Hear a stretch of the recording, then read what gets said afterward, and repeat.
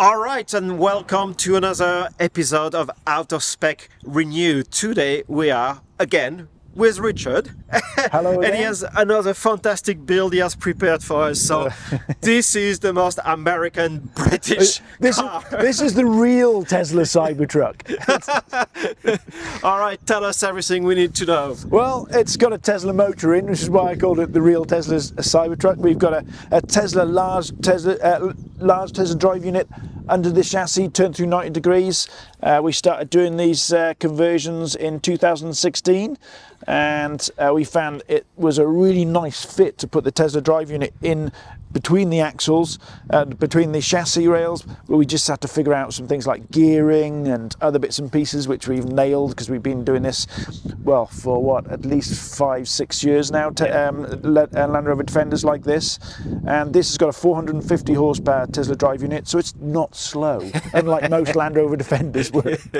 And it must be much quieter also, because I guess this was a TDCi Defender. It's much quieter, it doesn't drop oil all over the driveway, it's reliable. Imagine that, yeah. The Australians always say, if you want to go into the outback, take a Land Rover Defender, but if you want to come back out again, take a Toyota. So yeah, our standard Land Rover Defender conversion kit is in this 110 kilowatt hour battery pack.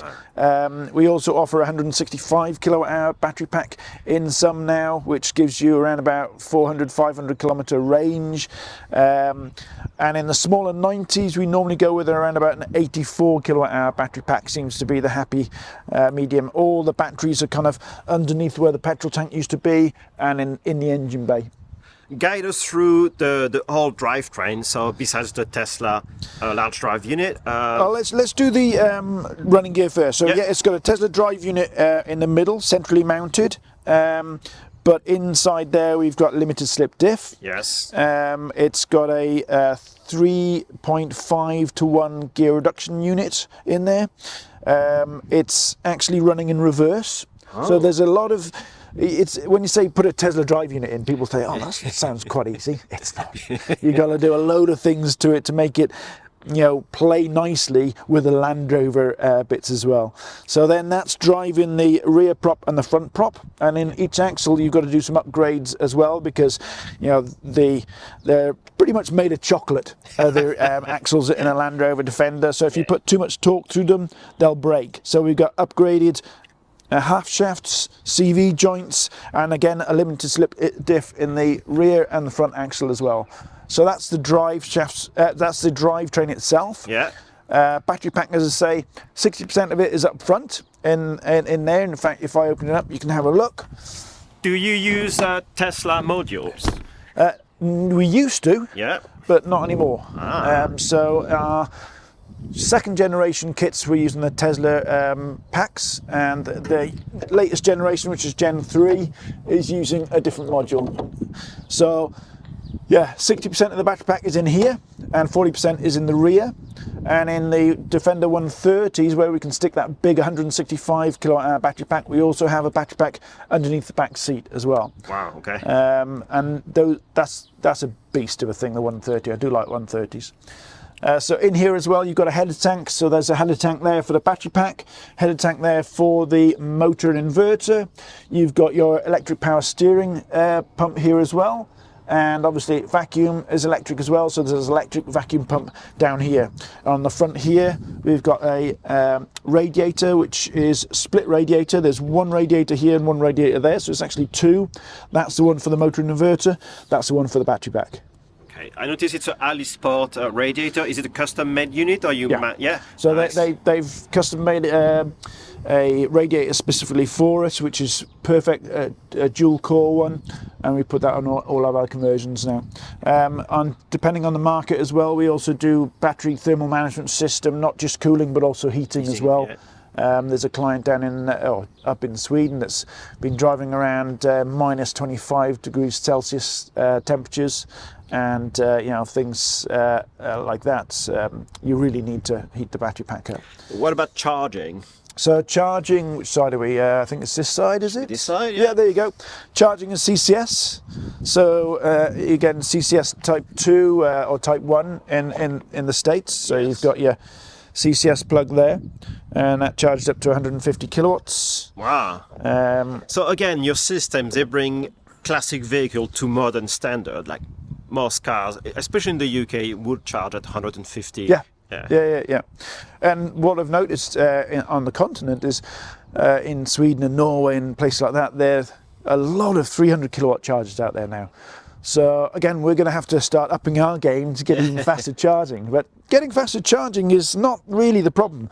The challenge is thermally managing the battery. So you've got to manage the thermal management of the battery, the risk and safety factor of that, as well as obviously, getting a faster rapid charger. But, it's mainly around that thermal management. What were the main challenge when you did the first 90, your 90, which is a beast, Yeah. and then doing a system that you can actually send abroad? What are the main challenges? Yeah, I mean, if you don't do conversions, designing a kit will take years, because you can't just convert one Defender 90 and start doing a kit. You've got to do a number of different 90s, because there's TD5 engines, there's petrol V8 engines, there's 5 different types of engines alone in Defenders. Then you've got early Defenders, late Defenders, you've got 110s, you've got 90s, you've got 110 pickups, you got 130. There's a huge myriad of variations on Defenders, and you've got to drive them in the winter, you've got to drive them in the summer, you've got to drive them across rivers, you've got to go across sand in the desert. Huge amounts of time is spent testing and making sure everything works on all the different variations, and that for us started in 2016. That's the first Defender 110 we converted back then using the TeslaDrive train solution. Yeah. So we've learned a lot over the years, and these vehicles have gone to Arab states. They're driven in the desert right the way through, as I said, to Sweden, where Tom's been driving one around in minus 25 conditions. So yeah. So how many Defenders or Defender system have you provided to the trade? I would say it's, so kit-wise, we must be over 30 now. Okay. And globally, obviously, they've been all over the place. Yeah. America, Caribbean, South America, South Africa, Australia, New Zealand, European customers, Sweden, Spain. So in America, who should I talk to get your system installed in my US Defender? Probably best to contact us through the website. Depending on where you are in the US, we can recommend a different installer that's local to you. So electricclassiccars.com, get in contact through the website and we can recommend. All right. Did you do any upgrade as far as the suspension? Obviously this is tricked out 200%. Yeah. So. Well, the first thing I should mention is because of the TeslaDrive unit, or on a normal Land Rover Defender, you've got the transfer box in the middle here, which has the parking brake, as you call it in America, attached to the transfer box. Replacing all that with a Tesla drive unit, you lose that. So therefore, you've got to have an electronic parking brake at the rear, just like normal Teslas have. You hear it when you stop it. You hear this as the calipers just clamp up. So we have that on the rear for parking.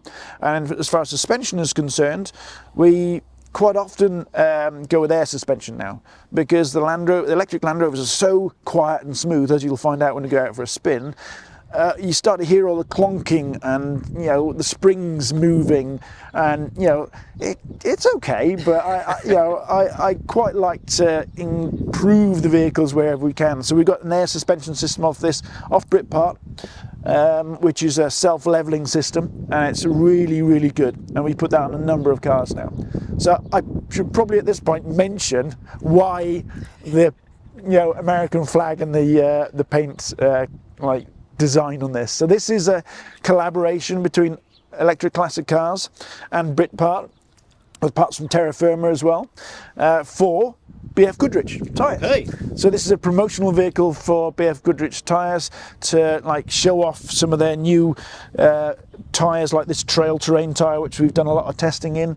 And anybody that's doing EV conversions, especially on 4x4s, check out the trail terrain tyres for the BF Goodrich, because we've done some range tests on these versus the all-terrains, and these are fantastic. They are 80% road, 20% off-road, but they're quieter, and the range improvements over like off-road tyres is insane. Yeah. We've done an episode on our YouTube channel about that. Go check that out. But yeah, you'll be surprised how much extra, either miles per gallon if you're still petrol and diesel, or range as far as electric is concerned, that you'd get by just changing the tyres. Yeah, I remember on the Black 130 you mentioned changing the wheels improved the miles per gallon by 50%. It was significant. Well, no, it wasn't 50%, Yeah. but it was significant. I think it was around about 20-something%. All right, okay. It's still a lot. Yeah. But if you go from the real knobbly off-road ones, the mud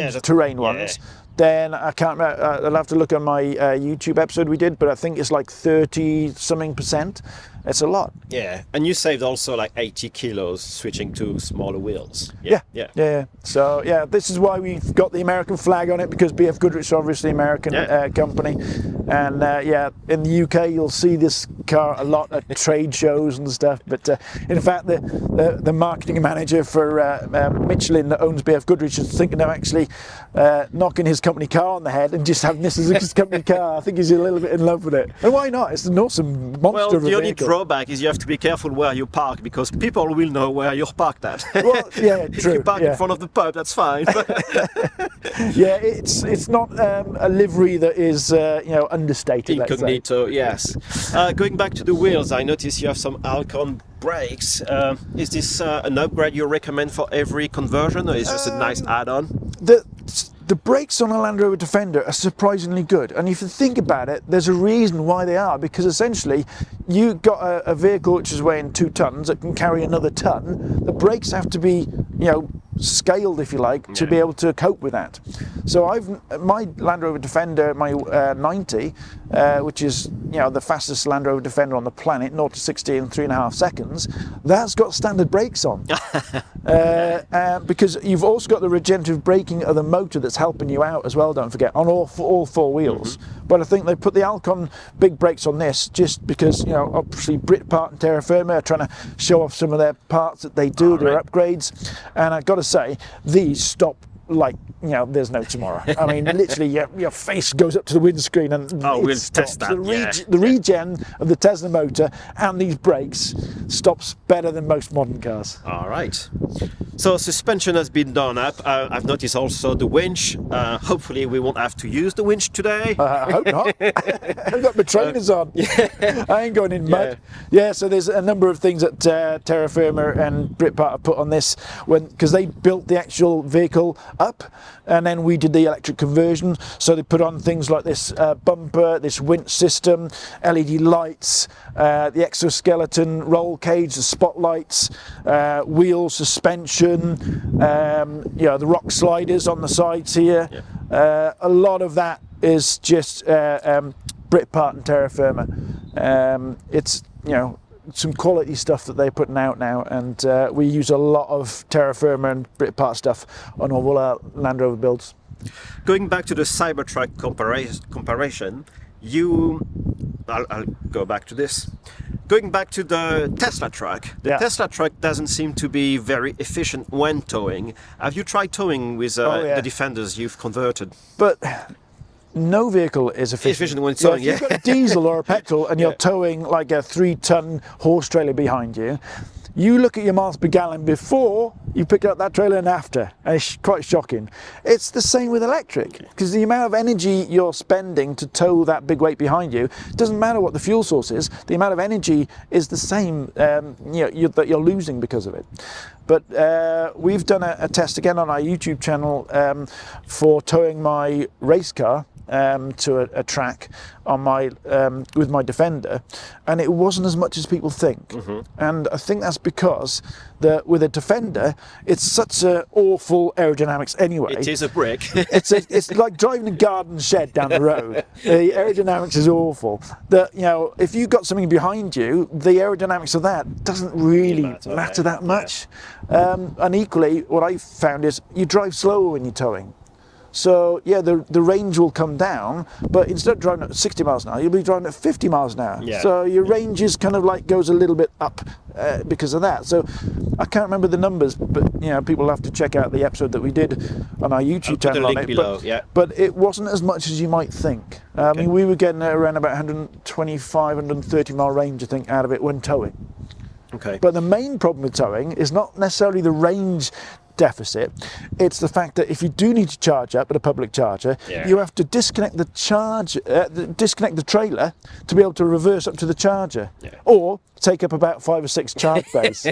So more and more new charging stations are taking this into consideration. I visited the Exeter Tesla station, and they have 2 slots dedicated to vehicle towing. So that's they have evolving. to sort that out. They definitely have to sort that out. But so this being a Defender, I mean, I've owned Defender and Land Rovers for a long time, and I know you need to be very precise with the servicing you're doing, and you want to service them every year to keep them forever.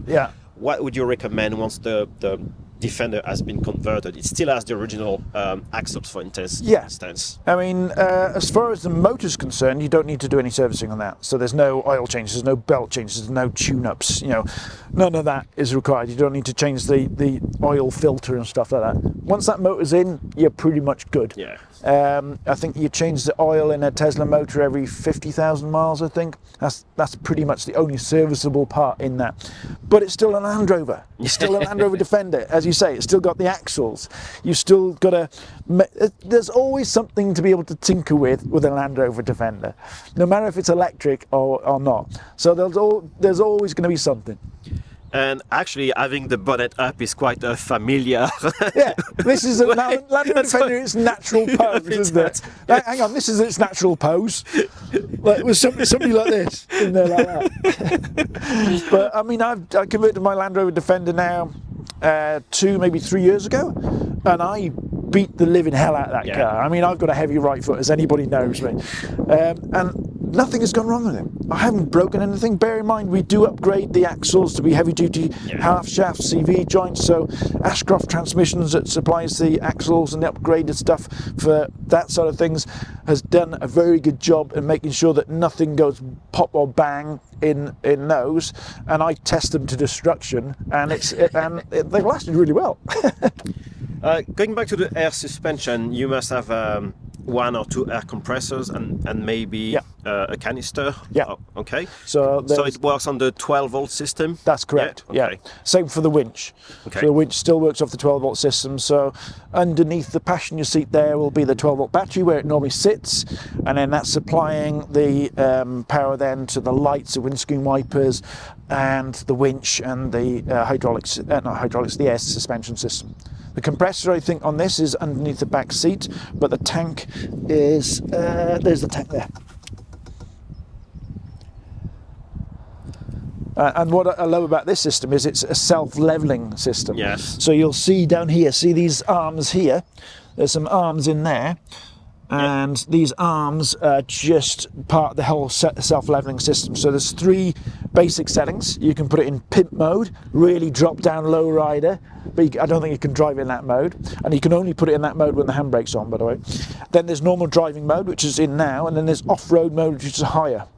But it's also, as I say, got the self-leveling aspect of it, so if you put a huge load on the back here and the back starts to go down, it'll level it back up again, which is a really nice feature. And same thing if you tow then.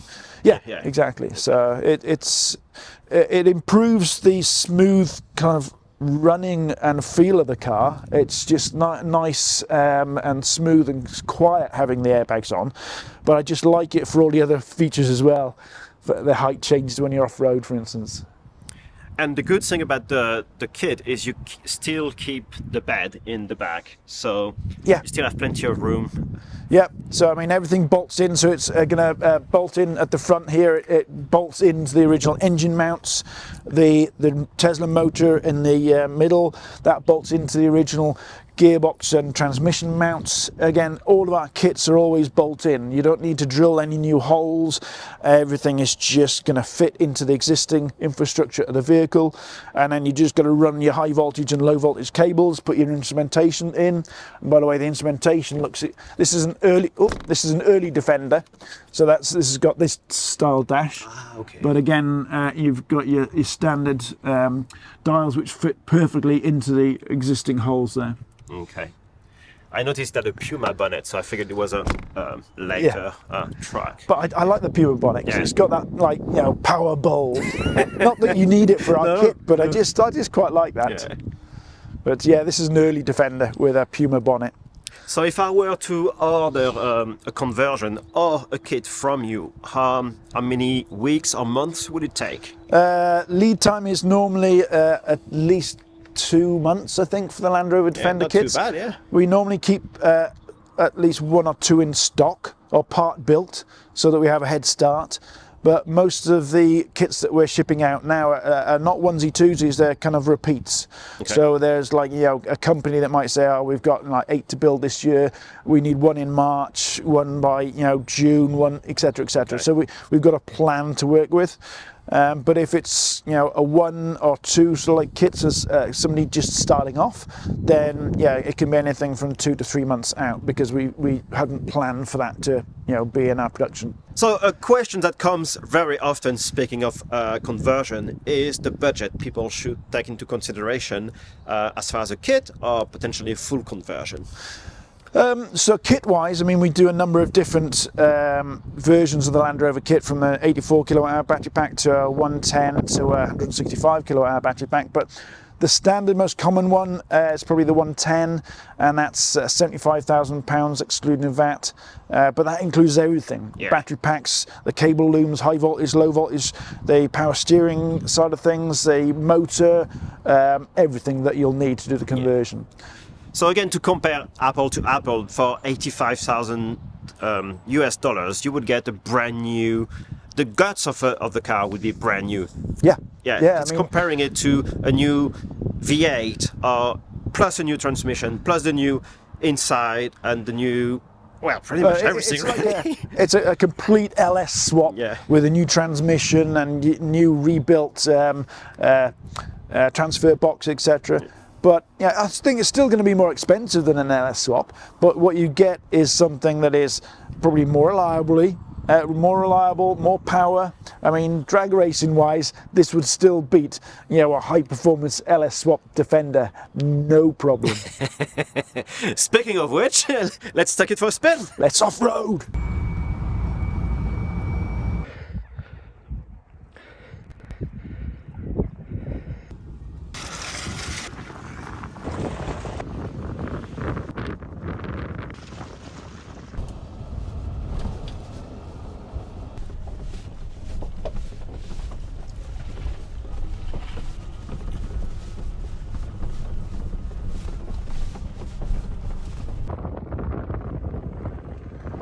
All right, let's take this for a spin.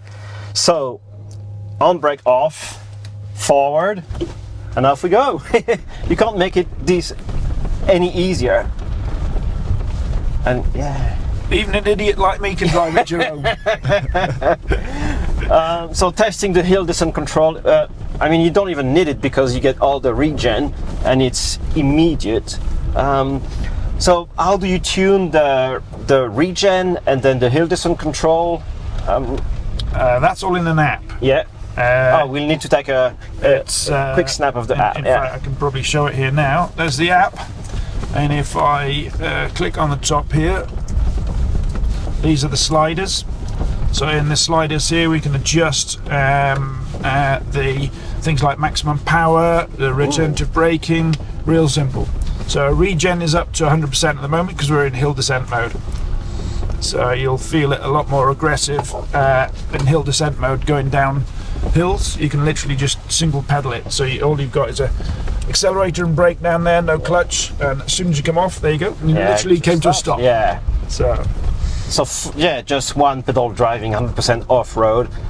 It's almost like cheating off-road. You make it so easy. It's it makes it so simple that even Spud can drive it. Can't you, Spud? You can have a go. Try? Not impressed. Yeah, he's used to it, huh? He's used to it.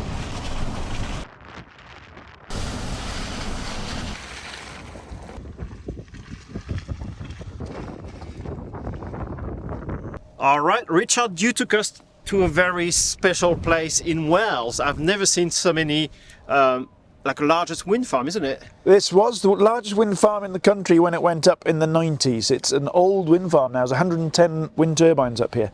But this is my back garden. My house is just at the bottom of the hill. Yeah. So we're near your house, and does it feed your house? It goes onto the grid. Yeah. So, I mean, we use a renewable energy supplier. Yeah.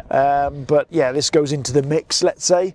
But in the UK, our energy mix now is a third of it is renewables, a third of it, which is like solar, wind, hydro, etc. A third is low carbon fuels like nuclear, for instance, and a third is gas. Okay. So nearly 2/3 of it is low or zero carbon electricity, which is brilliant for electric cars. Speaking of which, this drove fantastic on the track, up and down the hill. I saw you with a big smile on your face. You want one, don't you? I was quite surprised at the traction control and the hill descent control.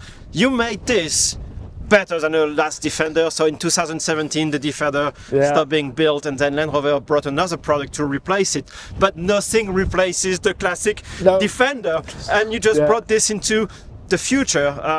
So that, it's You're fantastic. not the only person to say that. I've had some pretty major Land Rover aficionados drive these things, and a lot of them say that they actually drive better, especially off-road, than the modern Defenders with all their computer wizardry and stuff. And now it's got the proper Land Rover paint job now. Oh, yes. But yeah, that's again, converting classic car and then a bit more modern car is the best way to enjoy the car we grew up with, or we inherited from our parents, or we just fell in love at the motor shows. If you're not going to be improving a car by converting it to electric, don't bother. Yeah. I mean, I wouldn't convert any of the cars that we do if we didn't improve them at the end. And a Land Rover Defender that's electric is better. Yeah. In so many different ways. I mean, the power delivery is beautiful. It's got the low down torque from 0 RPM, so towing is really like simple. It's got reliability.